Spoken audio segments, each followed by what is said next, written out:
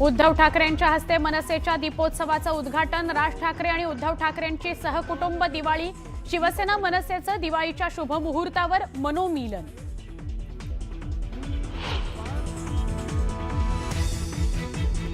एकाच कारमधून उद्धव ठाकरे आणि राज ठाकरेंचा प्रवास। स्टीअरिंग राज ठाकरेंच्या हातात तर दुसऱ्या कारमध्ये अमित ठाकरेंचे सारथी झाले आदित्य ठाकरे।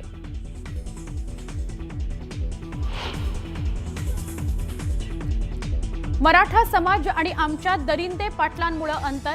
जरांगेंचं टार्गेट ओबीसी नाही फडणवीस। दरिंदे पाटलांचा आवाज मराठ्यांनीच दाबण्याची वेळ। भुजबळांचा जरांगेंवर हल्लाबोल।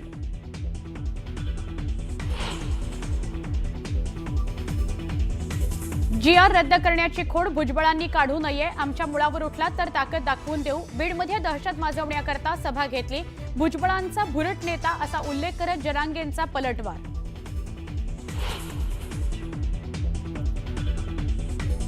विजय वडेट्टीवार डबल ढोलकी। मराठा समाजाला ओबीसीतून आरक्षण देण्याची केलेली मागणी। भुजबळांनी भर सभेत वडेट्टीवारांचा व्हिडिओ दाखवला।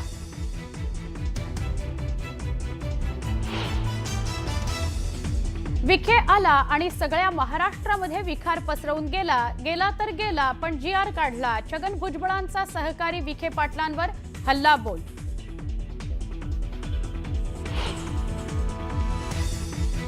मराठा समाजाला ओबीसीत घालण्याचा प्रकार। ओबीसी आरक्षणाच्या अन्नात माती टाकण्याचं काम सरकारनं केलंय। लक्ष्मण हाकेंचा हल्लाबोल।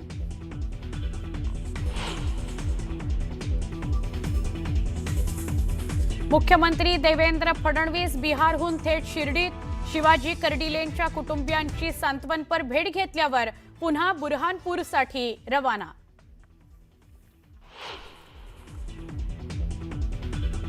गुंड निलेश घायवळ आणि सचिन घायवळचा पाय आणखी खोलात। कंपनीकडून 45 लाखांच्या खंडणी वसुली प्रकरणी कोथरूड पोलिसात गुन्हा दाखल। भाईगिरीचं रील बनवून व्हायरल करणं तरुणाला पडलं महागात। जळगाव पोलिसांनी ताब्यात घेतलं। रीलबाजानं माफी मागितली। माफी मागतानाचा व्हिडिओ व्हायरल।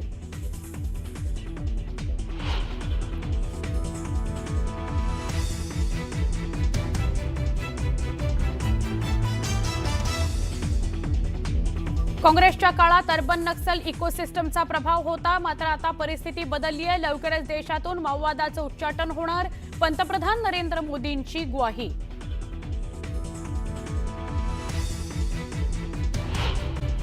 आता गप्प बसणार नाही। ओबीसी आरक्षणासाठी कोर्ट आणि रस्त्यावर दुहेरी लढा लढू असा इशारा छगन भुजबळ यांनी दिलाय। मराठा आरक्षणासंदर्भातल्या जीआरच्या मुद्द्यावरून आक्रमक झालेल्या ओबीसींचा महाएल्गार मेळावा बीडमध्ये काल पार पडला। छगन भुजबळ, धनंजय मुंडे, लक्ष्मण हाके आणि गोपीचंद पडळकर यांच्यासह अनेक ओबीसी नेते यावेळी उपस्थित होते। आरक्षणाच्या मुद्द्यावर बोलताना भुजबळांनी नाव न घेता जरांगेंवर प्रहार केला।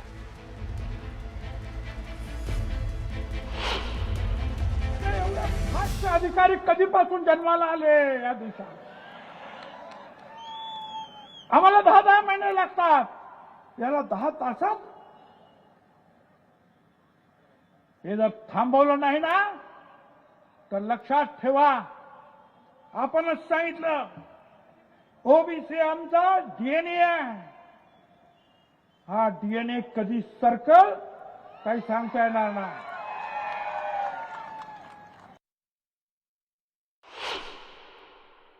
एका मोठ्या नेत्यानं मला फोन केला विरोधी पक्षाच्या, की आम्ही जरांगे त्या दरिंदेला भेटायला गेलो तर तुम्ही आमच्यावर टीका करता आणि तुमचे हे विखे पाटील कारण नसताना परत जातायत, तेव्हा तुम्ही काय गप्प बसतात?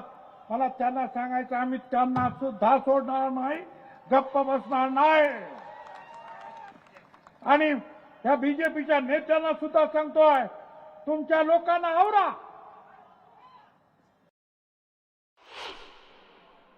मला तर कधीपासून पाडितोच म्हणतो।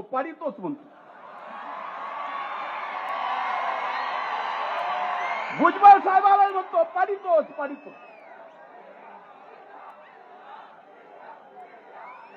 अरे 1,42,000 मतांनी आलो, पाडितो म्हणून।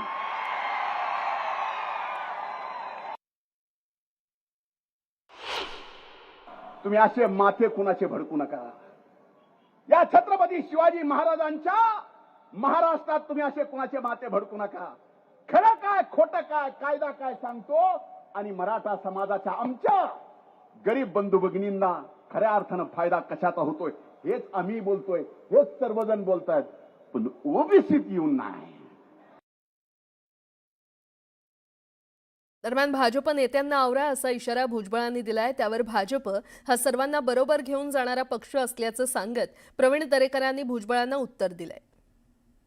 त्याच्यामुळे बीजेपीला आवरण्याची गरज नाही.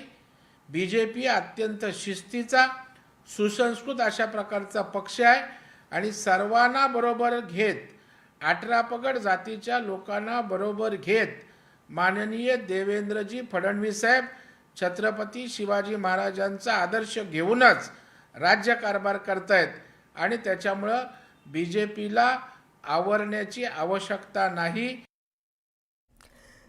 छगन भुजबळांनी महाएल्गार मेळाव्यात विजय वडेट्टीवारांवर सडकून टीका केली आहे. वडेट्टीवार डबल ढोलकी म्हणत त्यांनी भर सभेत वडेट्टीवारांचा जरांगेंसोबतचा व्हिडिओ दाखवला.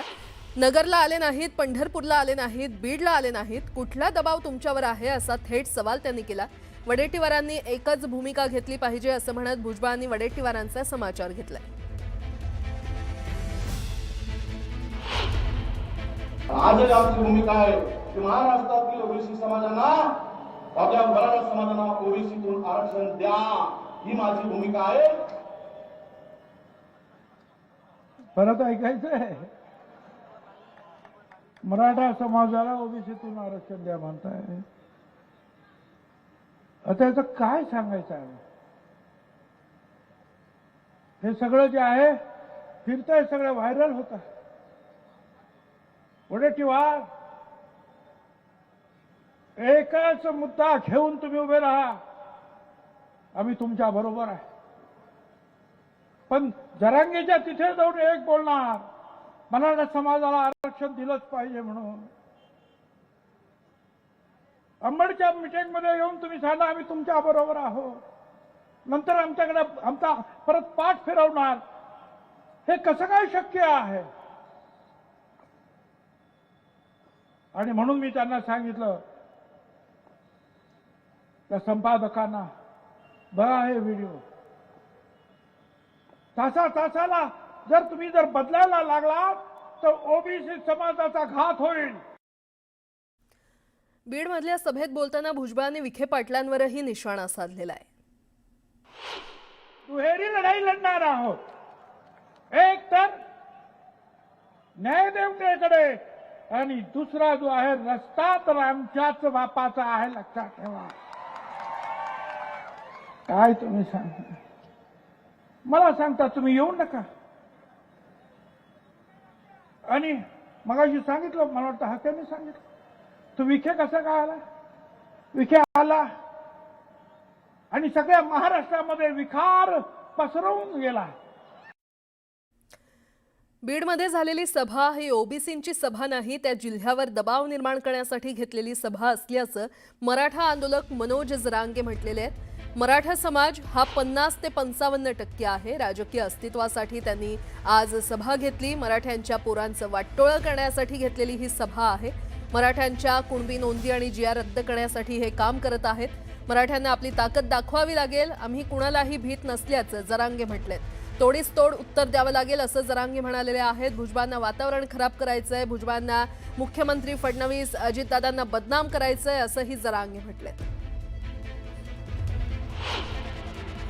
जाती दंगली घडणारे बीडमध्ये त्यांनी दहशत आणि भयावह वातावरण तयार केलंय. आज त्यांनी काही नेते हाताखाली धरले, त्यांचे भाषण बघा, ते पूर्ण भय निर्माण होईल अशी परिस्थिती त्यांनी निर्माण केली.